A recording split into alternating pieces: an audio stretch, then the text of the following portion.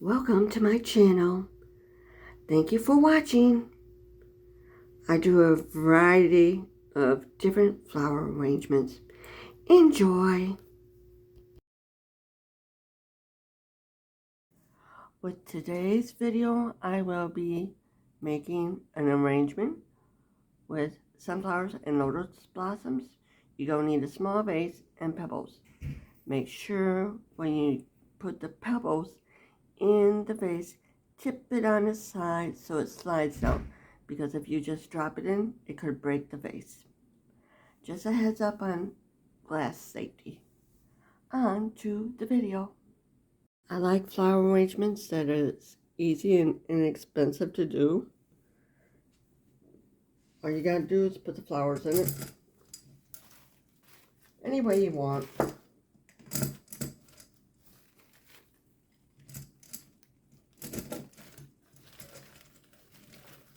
Let me get them together like I want.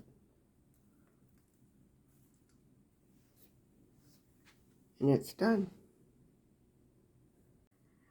Thank you for watching. If you want to see more videos like this, please like, share, and subscribe. It helps my numbers.